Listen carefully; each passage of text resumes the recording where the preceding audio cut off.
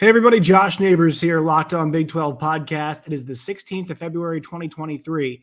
And on today's show, the charges against Chris Beard have been dropped. What does it mean for the future of the former Texas Tech and Texas Longhorns head men's basketball coach? Also, Iowa State gets a big result tonight, and a little bit of an update on the latest on the Pac-12 TV rights and also what it means for conference expansion. You are Locked On Big 12, your daily podcast on the Big 12 Conference, part of the Locked On Podcast Network, your team every day.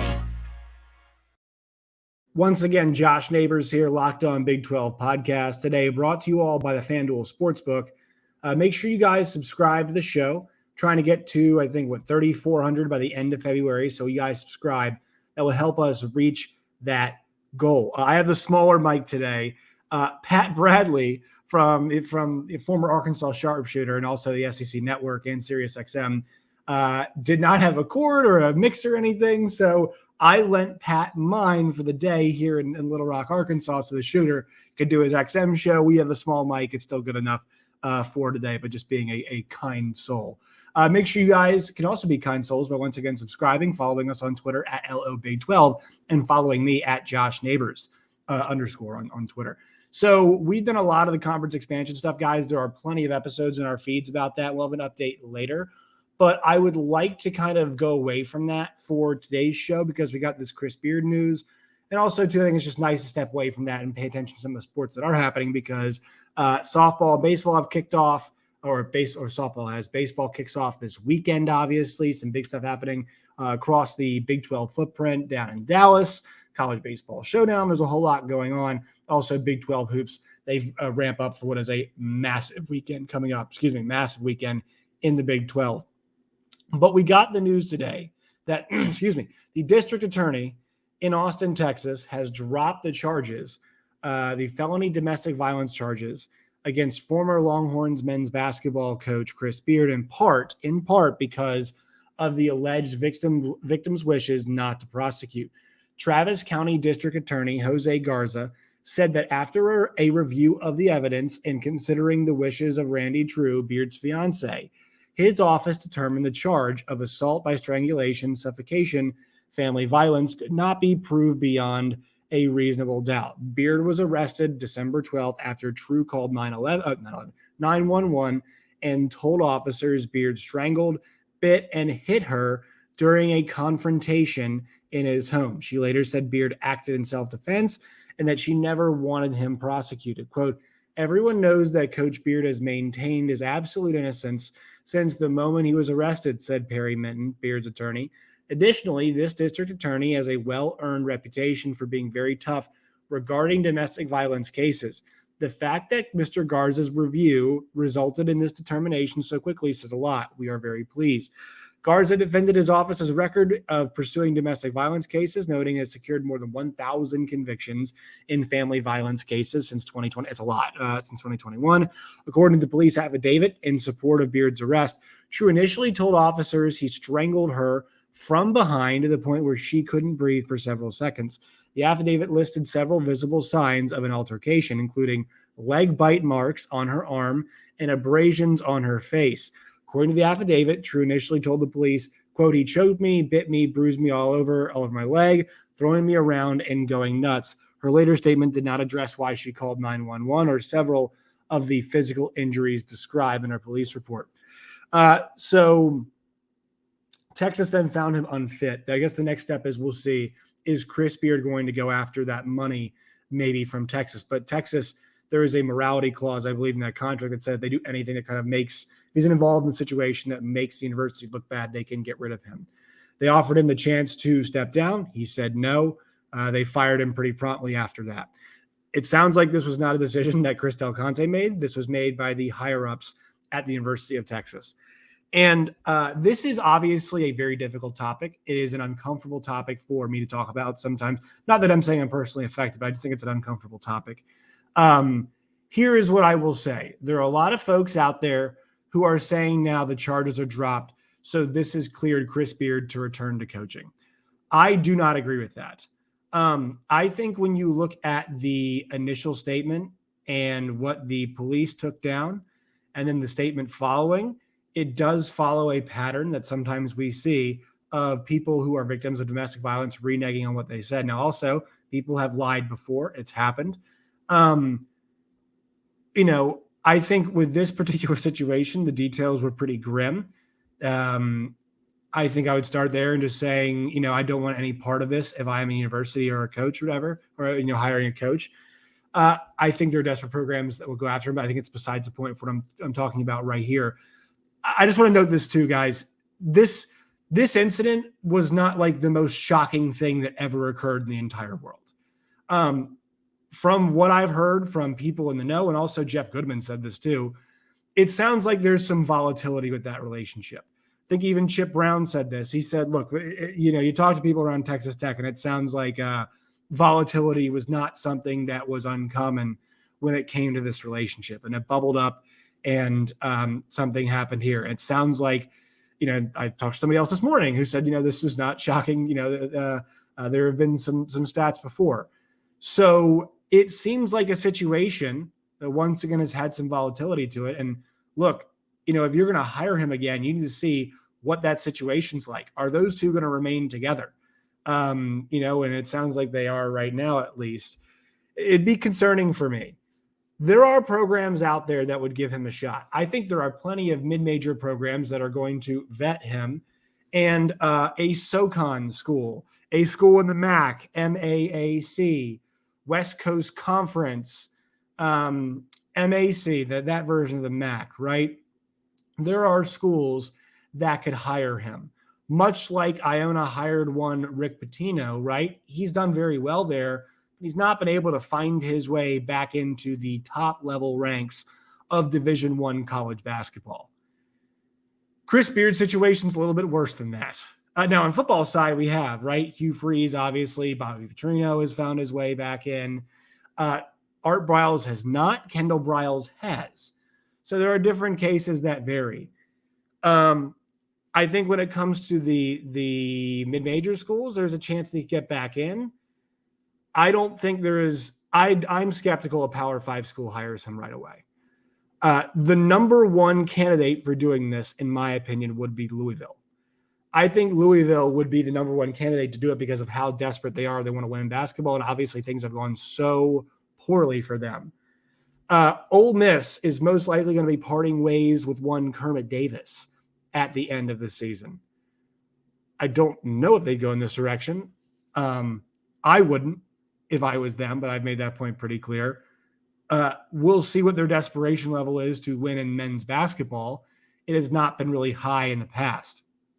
So I think this is an interesting test case. And I hate to say that for a situation like this, but this can be a good test case for modern college athletics, where the money is massive, winning is a priority. How much are you willing to put up with? I've said this time and time again, guys, like I wouldn't want anything to do with it. I wouldn't. I wouldn't touch it. He is a damn good basketball coach. He is a fantastic basketball coach. But I don't want somebody who's in a situation like that, who put himself in a spot where the police had to be called to his house 3 a.m. in the morning, and we're finding bite marks and signs of strangulation on a significant other. I don't want to deal with a situation that I've heard has been volatile, and I'm sure people have talked about volatile before. Now, especially that we've had an incident, a run-in, the University of Texas, a large institution has fired him. And also, going on the Texas thing, like, it's hard to argue Texas made the wrong call from a success standpoint, because their team is talented, but they've met expectations and gone above expectations if you think about what's happened to them. But they've met expectations this year. They're tied for first place in the Big 12 Conference, the toughest basketball conference in the country, here on February 16th. And they're tied with Baylor, national championship in the last 3 years. Kansas, your reigning national champion. They are tied with those schools at the top of the league. Now, we'll see what happens come tournament time. Once again, expectations and Texas athletics have not always been two things that have gone hand in hand. But I think for them, they luckily for Texas, things have gone well. And so we don't have to hear some ridiculous conversation about, they shouldn't have, Roddy Terry's doing a horrible job. They shouldn't have gotten rid of Chris Beard.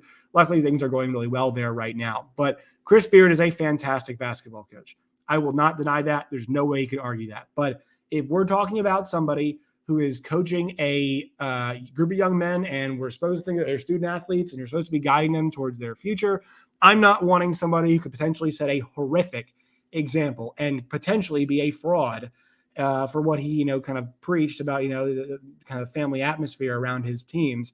I don't want somebody who's involved in that. Or potentially could be involved in that. I don't think the juice is worth the squeeze. You might say, well, he can win a national championship, so it might be. Yeah, but like, I don't want the constant talk about my program and what you sacrifice to get where you are to win, winning at all costs. Like, there are good coaches out there that can win at most costs. And the cost does not have to be potentially, being somebody who's involved with domestic violence. And once again, this goes back to the fact that, guys, just because charges were dropped and she reignited them once she said, does not mean that there is not a problem there. Does not mean that there are not issues there. All right. And that's just something I wouldn't want to mess with. Sorry. It's just, and that's and actually, you don't have to be sorry. That's your prerogative as an athletic director. If you want to vet this guy, like, that is absolutely your prerogative to do so. And Chris Beard's going to find his way to a second chance. Do I think he'll get one? Yes. Would it be at my school? No. But you might say, Josh, that's why you'd be a terrible AD.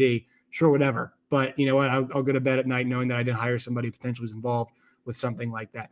Oh, you might say innocent until proven guilty. Guys, not every criminal gets caught in this country. All right, that's not how it works. I know we're supposed to presume innocence, but come on now.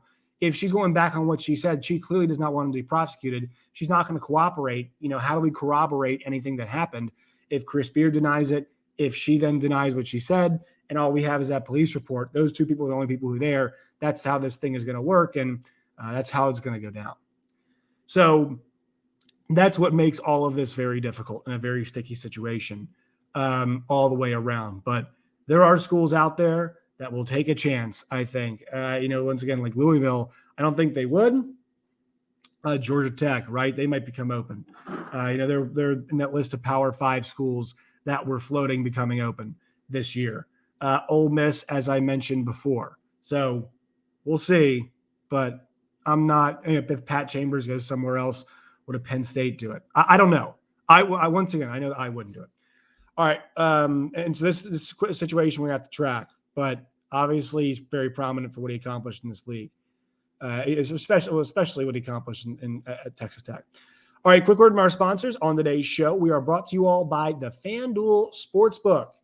FanDuel Sportsbook is the #1 sportsbook in America. You guys can go to FanDuel today.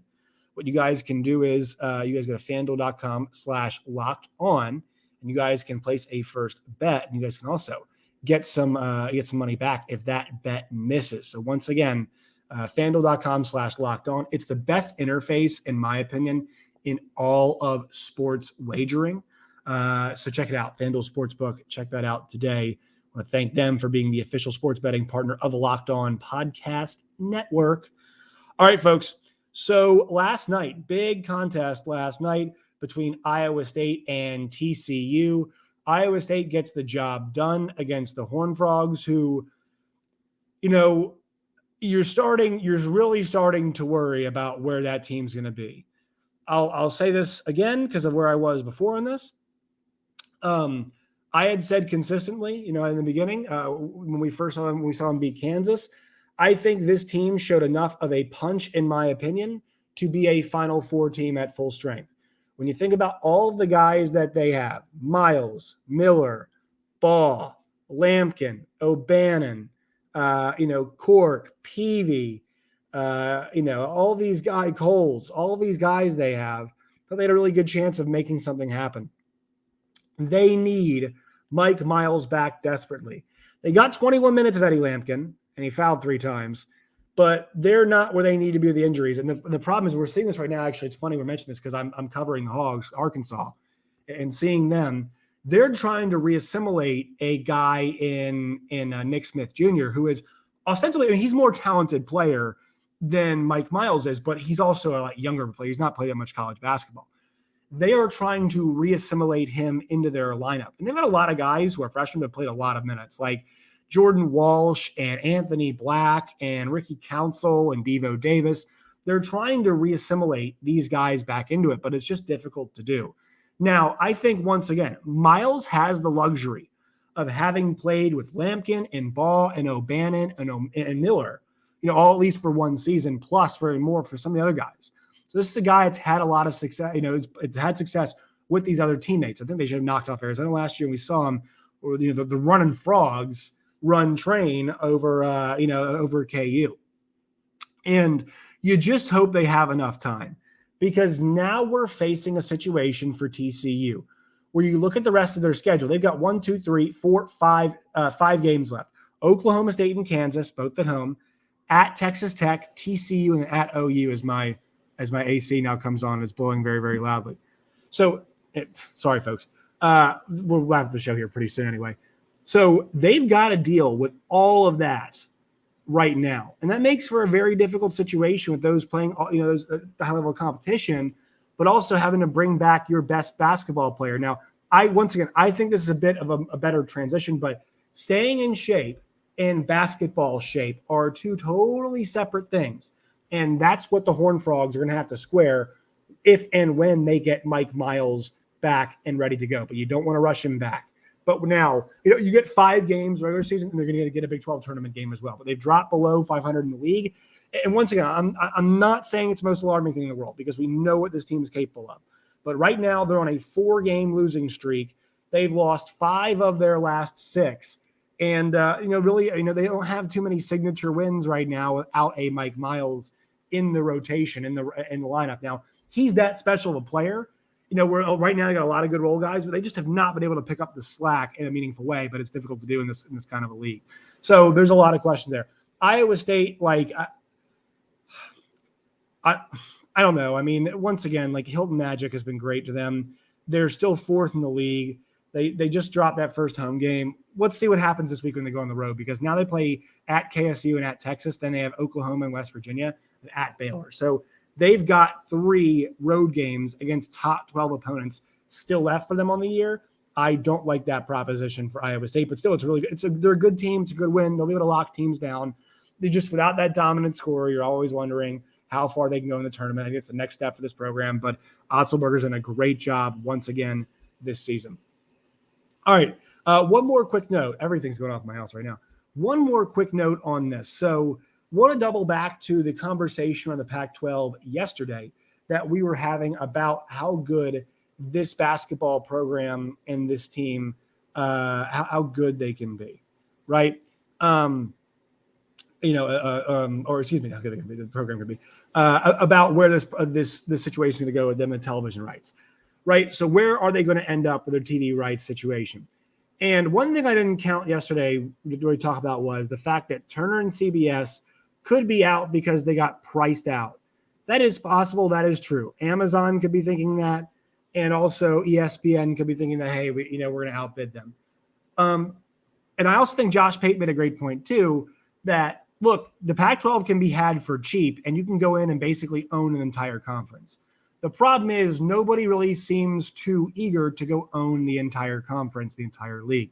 It's a great opportunity. I agree with that, but nobody seems too eager to that. I think that's something that we should watch here. Once again, every day that we go on, the situation gets more dire for the Pac-12. All right, that will do it for today's show. Make sure you follow me on Twitter at LOBig12. You guys can follow the show at Josh, or follow me personally at JoshNeighbors_. We'll have the normal mic back tomorrow. So next time, my friends, as always, stay safe.